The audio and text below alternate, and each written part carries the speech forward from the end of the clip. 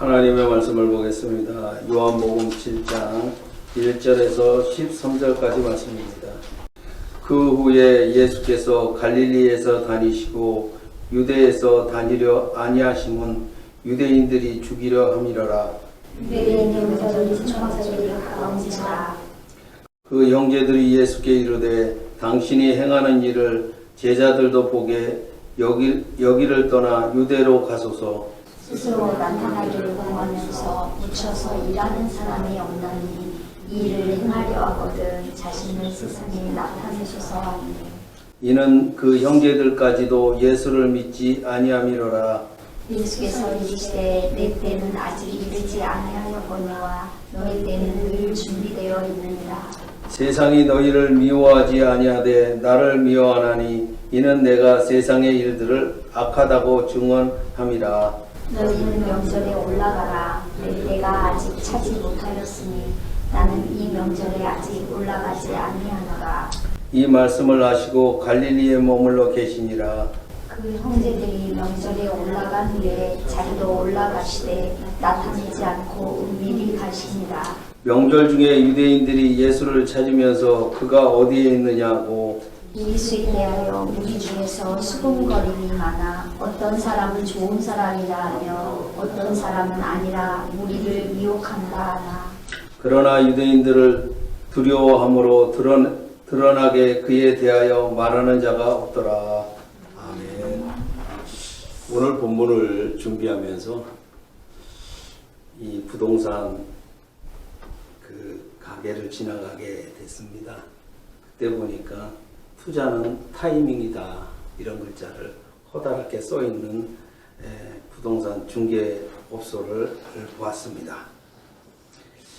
우리가 부동산 전문가라고 하는 사람들이 부동산을 매매할 때 언제 하라고 그럽니까?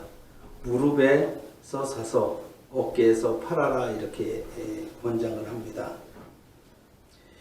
일반인들은 이렇게 얘기를 하지만 이 투자에 대한 타이밍을 알지 못하기 때문에 어디서 합니까? 상투에서 사서 바닥에서 팔게 되는 겁니다. 그러다 보니까 어떤 결과를 만들어내냐면 부동산 투자만 했다 하면 나는 손실을 본다 라고 얘기를 합니다. 그 이유는 간단합니다. 바로 어디가 무릎이고 어디가 어깨인지를 알지 못하기 때문에 그래요. 그러니까 그때를 알지 못한다는 겁니다. 타이밍을 알지 못하기 때문에 그래요. 그래서 우리가 부동산을 매매할 때는 그래서 어디를 가야 돼요? 부동산을 가야 되는 것이 맞습니다. 그들이 전문가이기 때문에 그래요. 이처럼 예수님께서도 6월절 이후에 고향 갈릴리에서 공생의 사역을 이어갔습니다. 근데 문제는 뭐냐면 바로 왜 갈릴리에서 계속해서 이어갔느냐라는 겁니다. 그것을 예수님의 동생들이 이해를 하지 못했던 겁니다.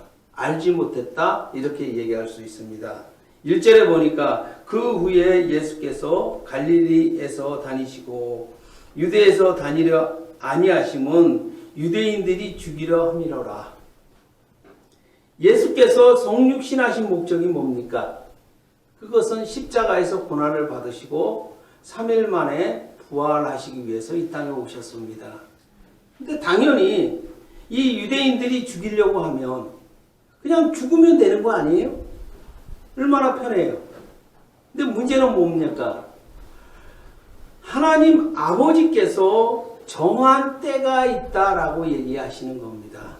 그 정한 때는 구약시대의 예언자들을 통해서 예언한 적이 있어요. 그것은 뭐냐면 바로 출애굽 사건을 예시로 그렇게 주셨는데 이 이스라엘 백성들이 애굽의 노예였을 때 6월절에 출애굽을 했다는 사실이죠.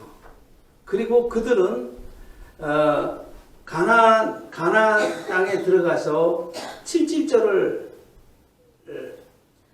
명절을 지켰고 또 초막절을 지켰다는 사실입니다. 우리가 6월절 그러면 예수께서 십자가에 죽으시는 그 사건을 예언하는 날이고, 77절이라고 하는 오순절은 무엇을 얘기를 하냐면 바로 성령 강림절, 이렇게 얘기할 수 있어요. 바로 예수님께서 십자가에서 죽으시고 부활하신 이후에 50일이 되는 날에 오순절을 맞이하는 겁니다. 그리고 나서 6월절에서 이제 6개월이 지나면 초막절을 맞이하게 되는데, 이것이 바로 오늘 본문에 등장하는 날이기도 하다, 이렇게 얘기할 수 있어요. 그래서 우리가 이 초막절 그러면 1년 농사가 끝나는 계절이기 때문에 우리로 얘기하면 그냥 추수감사절 정도 이렇게 생각하면 되는 날입니다. 그래서 이 초막절이 가까웠을 때에 예수께 형제들이 이제 찾아옵니다. 3절과 4절에 보니까 그 형제들이 예수께 이르되 당신의 행하는 일을 제자들도 보게 여기를 떠나 유대로 가소서, 스스로 나타나기를 구하면서 묻혀서 일하는 사람이 없나니 이 일을 행하려 하거든 자신을 세상에 나타내소서 하니, 이 동생들이 유대인의 명절이었던 초막절을 맞이하여서 형제들의 친형이었던 예수를 찾아갑니다. 그리고 그들이 요청했던 것이 뭐냐면 바로 이런 겁니다. 이 12제자들이 기대했던 것과 비슷합니다. 그것은 뭐냐면 12제자들은 뭐예요? 예수께서 예루살렘에 가서 출세를 하면 자기들도 동반해서 무임승차하려는 겁니다. 이 동생들도 마찬가지예요. 맏총이었던 예수께서 유대에 가서 출세하면 가문의 영광이 되기 때문에 자신들도 무임승차하고 싶었던 겁니다. 그래서 입신 출세를 하기를 기대하는 마음에서 이렇게 얘기하는 겁니다. 형, 유대에 가서 스스로 좀 드러내세요. 그래서 사람들에게 좀 인기를 얻으세요. 이런 내용입니다. 그러면서 예수께서 이전에 교훈하셨던 말씀이 있습니다. 누구든지 등불을 켜서 그릇으로 덮거나 평상 아래 두지 아니하고 등경 위에 두나니라는 말씀입니다. 바로 이 말씀을 동생들이 이제 기억을 해낸 겁니다. 그리고 나서 형, 저번에 이런 교훈을 우리에게 하지 않았어요? 제자들에게 하지 않았습니까? 등불은 드러내라고 있는 것이지 감추라고 있는 것이 아니잖아요. 그러니까 형, 유대에 올라가서 좀 스스로 드러내세요. 그래서 좀 출세 좀 하세요. 그래서 우리도 좀 무임승차합시다. 이런 내용입니다. 이 동생들은 이제 독촉의 내용을 유대에 가서 이렇게 하라는 겁니다. 자신을 세상에 나타내소서 이었던 겁니다. 우리 속담에 보면 사람은 태어나서 어디로 보내라 그래요? 서울로 보내고 말은 제주로 보내라, 이렇게 얘기를 합니다. 이 당시에 그 갈릴리 사람들이 원했던 것이 뭐냐면 바로 유대에 가서 출세하는 거예요. 이 갈릴리 사람들은 유대에 있는 사람들, 다시 말해서 특별히 그 예루살렘에 거주하였던 사람들에게는 유대인이었지만 변방 사람들이에요. 그래서 이 갈릴리 사람들을 뭐라고 얘기하냐면 이방의 갈릴리라, 이렇게 얘기하죠. 그리고 또 이 갈릴리 사람들은 그 예루살렘 사람들과 좀 다르게 사투리를 썼던 것 같습니다. 그래서 그냥 말을 딱 들으면 이거 갈릴리 사람들 아니야? 이런 거죠. 이 말은 뭐예요? 갈릴리 촌뜨기들이 없다, 이런 얘기입니다. 뭐 요즘이야 뭐 그렇지는 않지만 예전에는 그 서울에 있는 표준말을 쓰는 사람들이 지방 사람들, 경상도나 전라도 사람들이 오면 사투리를 쓴다고 막 이렇게 비아냥거렸죠. 지금도 뭐 그런 것 같습니다. 이처럼 바로 이 당시에 그 친동생들이 마청이었던 예수를 유다에 있는 예루살렘에 가서 출세하라고 얘기한 이유가 바로 거기에 있었다, 이렇게 얘기할 수 있습니다.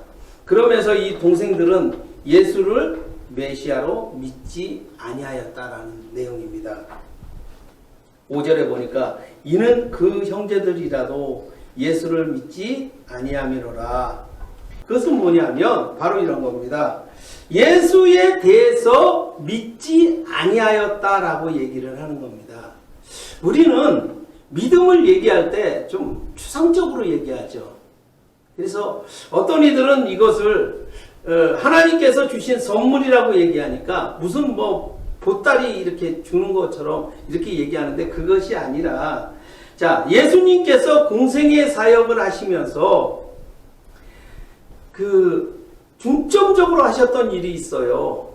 눈먼 자를 뜨게 하셨고, 귀가 먼 자를 열어주셨고, 또 피부로 감각을 느끼지 못하는 나병 환자를 고쳐주셨어요. 이 세 가지가 아주 중점적으로 고쳐진 질병입니다.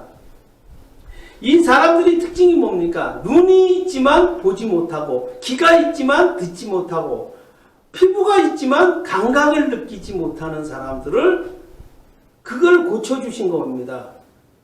그래서 예수님이 바로 눈앞에 있을 때 예수님을 보아도 보지 못하고, 예수님의 말씀을 들어도 듣지 못하고, 예수님을 이렇게 만졌음에도 불구하고 감각을 느끼지 못하는 자들에게 바로 그것을 고쳐주신 거예요. 그것은 다른 말로 얘기하면 믿음을 주셨다라고 얘기를 하는 겁니다.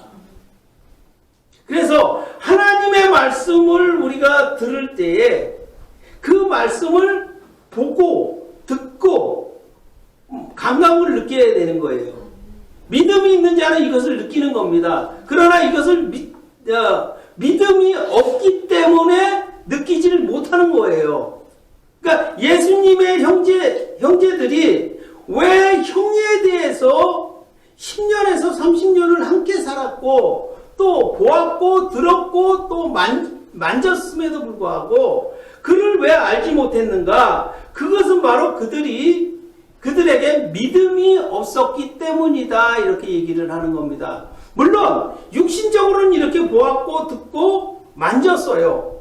그런데 문제는 뭐냐면 영적인 분야에서 그것을 알지 못했다라고 얘기를 하는 겁니다. 그래서 우리는 이 성경을 보면서 이 강경을 보면서 이렇게 얘기하는 사람들이 있어요. 이 친동생들이 예수님을 시험하였다, 조롱하였다, 이렇게 얘기하는데 그것이 아니에요. 어떻게 동생들이 친형을 조롱하고 시험할 수 있어요? 그것은 왜 그러냐면 모르기 때문에 그런 겁니다. 형에 대해서 몰라서 그렇게 얘기를 하는 것이지, 절대 알았다면 이렇게 무리한 요청을 하지 않았을 것이다 라고 얘기를 하는 겁니다. 그러니까 모르기 때문에 우리가 늘 실수하는 것이 그겁니다. 그래서 예수께서 동생들에게 뭐라고 얘기합니까? 내 때가 아직 이르지 아니하였다라고 말씀합니다. 6절에 예수께서 이르시되 내 때는 아직 이르지 아니하였거니와 너희 때는 늘 준비되어 있느니라. 자, 예수께서 동생들에게 내 때가 아직 이르지 아니하였다고 얘기를 하는 겁니다. 여러분 같으면 뭐라고 그러겠어요? 동생들아, 내가 살살 말할게. 너 지금 나 조롱하냐? 내가 10년에서 30년을 함께 살았는데 너 왜 날 몰라? 이렇게 얘기할 수 있어요. 뭐 우리는 자녀들을 양육하면서도 마찬가지예요. 너 왜 그렇게 알지를 못해? 왜 그렇게 했어? 이 다그친다고 되는 게 아니에요. 왜? 모르기 때문에 그런 겁니다. 무식한 것이 아니라 이걸 뭐라 그래요? 무지한 것이다. 이렇게 얘기를 하는 겁니다. 무지한 것에 대해서는 우리가 어떻게 해야 돼요? 가르쳐 줘야 되는 겁니다. 그래서 예수님께서 동생들을 향해서 지금 교훈하시는 내용이에요. 책망하시는 내용이 아니다라고 얘기할 수 있는 겁니다. 그래서 이렇게 얘기를 하는 겁니다. 이 동생들이 친형에게 이렇게 얘기를 한 겁니다. 스스로 나타내는 일을 이렇게 얘기하죠. 스스로 나타내세요. 이렇게 얘기했을 때 예수님께서 동생들에게 너희들은 언제든지 스스로 나타낼 수 있지만 나는 언제든지 나타내는 것이 아니라 그 정한 때가 되어야 나타낼 수 있다라고 얘기를 하는 겁니다. 그러면서 예수님께서 가나 혼인잔치에서 어머니 마리아가 포도주가 떨어졌다라고 이야기를 합니다. 예, 이 말을 들으신 예수께서 내 때가 아직 이르지 아니하였다라고 답변을 합니다. 사람들은 이렇게 얘기하죠. 예수님이 참 그의 어머니에게 뭐라고요? 보르장머리가 없다. 이렇게 얘기합니다. 왜? 능력이 있으시면서 냉정하게 그렇게 딱 자르느냐? 이렇게 얘기하는데 그것이 아니에요. 지금 얘기하는 것은 바로 예수께서 어머니 마리아에게 내 때가 아직 이르지 아니하였다라고 말씀하신 이유는 아버지께서 그 때를 나에게 말씀하지 않으셨다라고 얘기를 하는 겁니다. 이 말은 뭡니까? 예수님께서 이 땅에 오셔서 대속의 사역을 하실 때 누구의 명령을 따라서 지시를 따라서 행동을 합니까? 아버지의 뜻을 따라서 행동하기 때문에 그런 겁니다. 예수님께서 이런 상황이 있을 때 그냥 하고 싶지요. 왜? 어머니잖아요. 어머니이기 때문에 하고 싶은 겁니다. 그럼에도 불구하고 내 때가 이르지 아니하였다라고 한 이유는 이 일을 할 때가 가장 좋을 때가 지금 같지만 아버지의 뜻을 따라서 움직이기 때문에 그러는 겁니다. 이것을 우리가 잊지 말아야 되는 겁니다. 그래서 예수님께서도 공생의 사역을 하시면서 물론 약간의 예수 그리스도의 뜻대로 하시는 적은 있겠죠. 그러나 큼직큼직한 일들은 누구의 뜻대로? 아버지의 뜻대로 행하신다는 사실을 우리가 잊어서는 안 됩니다. 그래서 우리가 기도할 때도 마찬가지입니다. 우리의 때에다가 아버지의 뜻을 맞추는 것이 아니고 누구의 때에다 맞추라는 겁니까? 하나님 아버지의 뜻에 우리의 뜻을 맞춰라는 겁니다. 예수님께서 그렇게 하셨던 것처럼 우리도 그때를 아버지의 뜻에 맞추는 저와 여러분이 되시기 바랍니다. 자, 그러면서 예수께서 동생들에게 한 가지 더 교훈을 합니다. 7절에 보니까 세상이 너희를 미워하지 못하되 나를 미워하나니 이는 내가 세상의 일들을 악하다고 증언함이라. 예수께서 세상의 모든 행위가 악하다고 증언하였기 때문에 유대인들이 예수를 미워했다라고 얘기합니다. 그러나 동생들은 어떻습니까?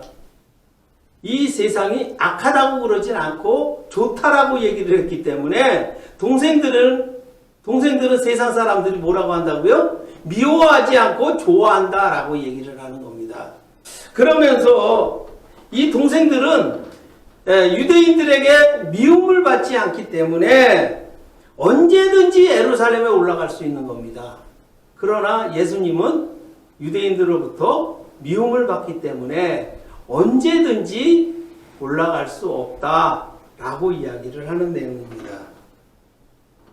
그러면서 이제 8절과 9절에 너희는 명절에 올라가라. 나는 내 때가 아직 차지 못하였으니 나는 이 명절에 아직 올라가지 아니하노라. 이 말씀을 하시고 갈릴리에 머물러 계시니라. 이 동생들은 초막절에 언제든지 예루살렘에 올라갈 수 있습니다. 그러나 예수님께서는 내 때가 아니라고 말씀하신 후에 때가 차지 아니하였다라고 말씀합니다. 예수께서 아버지께서 정한 때가 차야 움직일 수 있다는 겁니다. 자, 우리는 고린도전서 13장에서 사랑을 정의할 때 이렇게 얘기합니다. 가장 먼저 서두에 나온 말이 뭡니까? 오래 참고라는 얘기입니다. 이처럼 예수께서 초막절에 예루살렘을 향해 올라가는 때를 오래 참으신 이유가 거기에 있는 겁니다. 그 이유는 바로 유대인들을 위한 것이다, 이렇게 얘기를 할 수 있는 겁니다. 유대인들이 초막절에 올라갔을 때 예수를 죽이는 날에는 모든 것이 다 수포로 돌아가기 때문에 그래요. 다 망치는 결과를 만들어내기 때문에 예수님께서 바로 정한 때에 올라가셨다라고 말씀하는 겁니다. 10절에 보니까 그 형제들이 명절에 올라간 후 자기도 올라가시되 나타내지 않고 은밀히 가시니라. 예수께서 예루살렘에 올라가실 때 초막절이 시작한 후에 올라가시지 아니하고 중간에 은밀하게 올라가셨다는 사실입니다. 이 사건은 바로 예수님께서 6월절에 그 예루살렘에 입성하실 때와 전혀 다른 모습이죠. 예수님께서 6월절에 예루살렘에 입성하셨을 때는 나귀를 타고 아주 그 대문으로 탁 올라가시죠. 그랬을 때 이 6월절을 맞이해서 사람들이 이제 모여 있었고 종려나무를 흔들면서 호산나 다윗의 자손이요, 뭐 이렇게 이제 유대인의 왕이 이 땅에 오셨다라고 막 외치죠. 그때는 드러내셨잖아요, 확실하게. 그러나 초막절에서는 은밀하게 올라가셨다, 이렇게 말씀하는 겁니다. 자, 그러면서 이 유대인들이 이제 예수를 찾아 나섭니다. 11절에 보니까 명절 중에 유대인들이 예수를 찾으면서 그가 어디 있느냐 하고, 이 유대인들은 예수께서 반드시 초막절에 오실 것이라는 것을 알고 있었습니다. 왜 그러냐면 이 유대인들은 사단의 하수인들이기 때문에 그렇습니다. 우리는 이런 얘기하죠. 귀신을 보고 귀신같이 한다라고 얘기합니다. 이 말은 뭐냐면 이 귀신들도 마귀들도 예수님의 사역에 대해서 잘 알고 있어요. 모르는 자들이 아닙니다. 그의 하수인들이기 때문에 예수님은 반드시 초막절에 예루살렘에 입성하신다. 그러나 그때는 알지 못하지만 반드시 온다는 겁니다. 그래서 이 유대인들이 이제 은밀하게 오신 그 예수를 찾아 나서기 시작합니다.